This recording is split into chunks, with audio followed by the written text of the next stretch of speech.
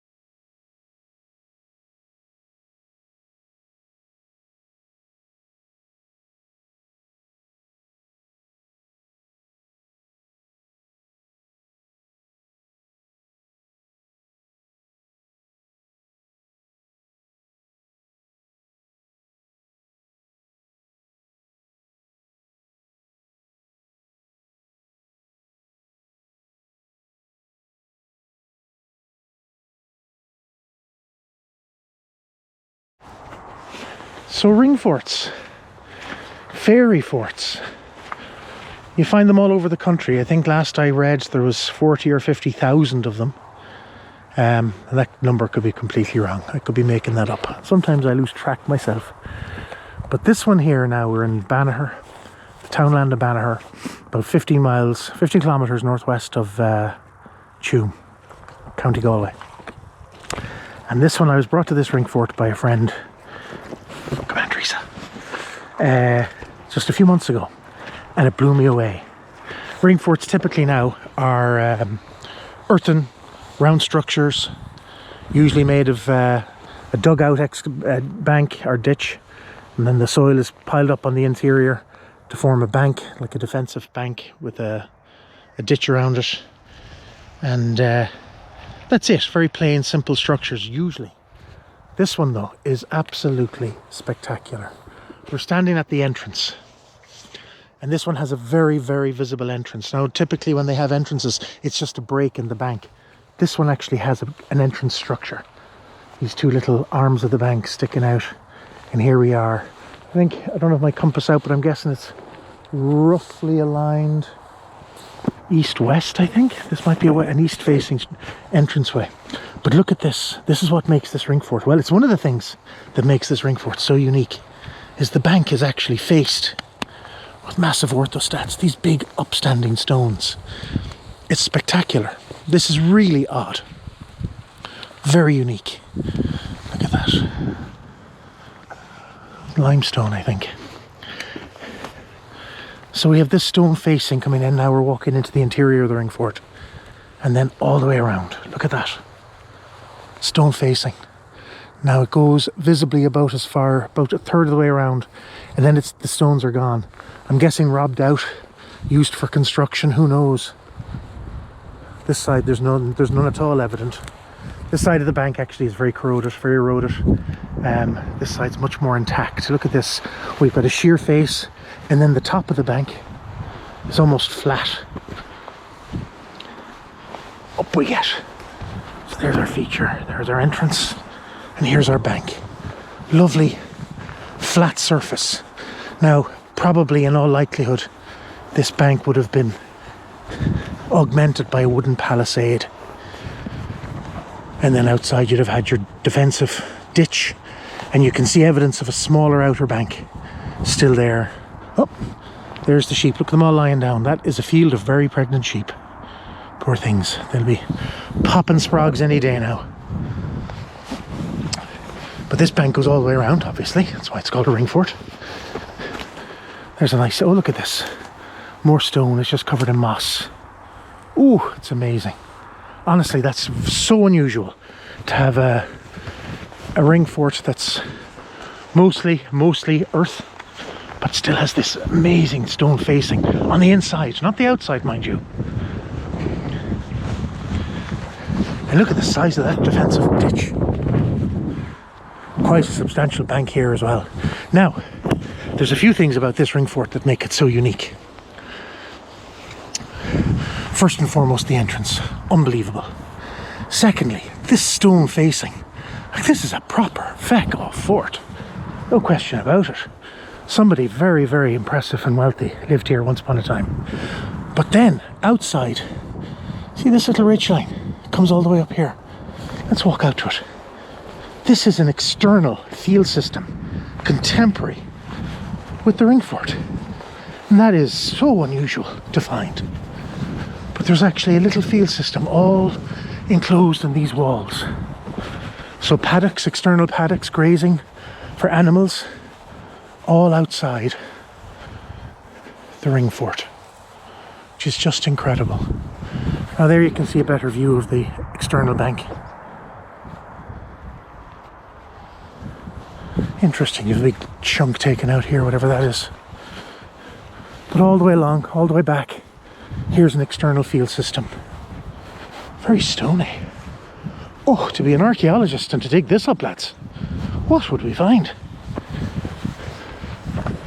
Again, any more rich Americans looking to sponsor an old excavation? Give us a call. This is all part of the field system, the external field system. of this ring fort. Big feck off ditch again. Honestly, like, this ring fort is just spectacular. So ring forts, you know, what were they? When do they date to? The majority of them are about 1.5 to 2,000 years old. They date to the late Iron Age, early medieval period. But there's documented use of some of them continuing to be used right up into the medieval period. They're ring forts because they're shaped like rings. That's kind of a no-brainer. The vast majority of them are earthen constructions. Like I said, you dig a ditch, mound your soil inside to form your inner bank, have your outer bank, wooden palisade on top, and now you have a very formidable fortified dwelling. We call them forts, but really they were fortified houses. Why were they fortified? Well, it speaks obviously to a culture that maybe was a little bit unsettled, but we Irish have always loved rustling, stealing our cattle, stealing our sheep. And indeed, you know, some of our earliest stories are all about sheep stealing and cattle stealing. Thon Bo Cuana, which I've referenced before, is all about one army going off to steal a bull from another. And so in the evenings they'd bring their cattle into fortified pens and enclosures. So many of these ring forts that you see around the country were just that. They were corrals. They weren't lived in at all. They were cattle pens. But many of them, like this one, were fortified farmsteads, so you could be inside and nice and safe. But what else makes this one so unusual? Well, right over here, see this little depression? This little depression is the start of a souterrain. What's a souterrain, I hear you say? Well, the souterrain comes from the French, souterrain, underground, and they are man-made caves. So you dig out your path of your cave, line it with stones, build up a stone wall on either side, cap it with large stones, cover it back in with earth, and hey presto, you have a man-made cave. General consensus is they were used for storage of food during peacetime, but also places of refuge if you were under attack. Now you can see, look at that, there's the stone walling is visible there. So this would have been capped, whatever happened to the stones. In all likelihood, this was the entrance to the souterrain here, and the souterrain was already started. In fact, there's large stones there, so if these are limestone slabs, chances are a couple of them cracked and fell. But this is the start of our souterrain. It's going in here, and over here, there's a hole in the ground. Like, souterrain continues at least as far as here, maybe further. Should we go in? Hell yeah. So a brief interlude there as I put on my gloves. Why? See these brown stalks? Those are the remains of nettles. They're long dead now from the summer, but those brown stalks still pack a punch. So I don't fancy getting stung. So let's get down into our souterrain and see what's going on down here.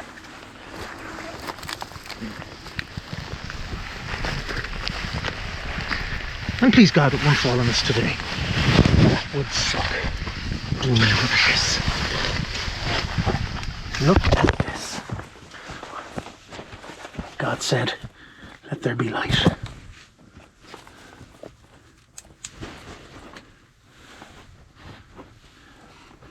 So there's our dry stone walling coming up. Our big, huge lintel, or not lintel, roof stones. Dry stone wall on either side. This is all limestone. It's the local rock here in North Galway, Northwest Galway. This guy goes back. It's definitely filled in a wee bit over time.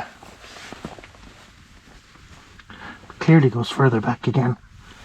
Oh, wouldn't you love to dig this out? This is interesting. There's a drop down here. Look at that. So the souterrain probably drops down further here. Went down a bit more. But here we are now. So like I was saying, about 2,000 years old, 1.5, 2,000 years old. Also known as fairy forts all over the place. And why is that? Well, there was a very close association between these structures and the little people in Irish folklore. When you think about it, you've got these magnificent earthen structures on your land, or in some cases made out of stone, and whispered stories of ancient heroes and associations with mythical creatures. So it stands to reason that these ring forts became known as fairy forts and had very close, lots of parallels and stories and associations with fairies. And then when you come into them and you find these like mysterious passages, clearly man-made, just down into the ground, well, it doesn't take much of a jump of imagination to think that these are entrances to the other world, to Tirnanog or wherever, to serve the fairies. And so as a result, a lot of these ring forts became sacrosanct. You didn't touch them. Farmers would not go near them. To this day, that they remain taboo in that respect, that you don't mess with ring forts. And if you've one on your land, you leave it alone, because if you mess with it, the fairies will come for you. And those traditions, I mean, even as an archaeologist working on projects, I've had young lads on my site that are uncomfortable working on ring forts. Those traditions are very strong today, and they'll never admit it, but beliefs in the fairies are still very strong with a lot of country people, city people too, if they have any sense. Let's see if we can climb out now without clobbering my head. Am I dead? Clever boy.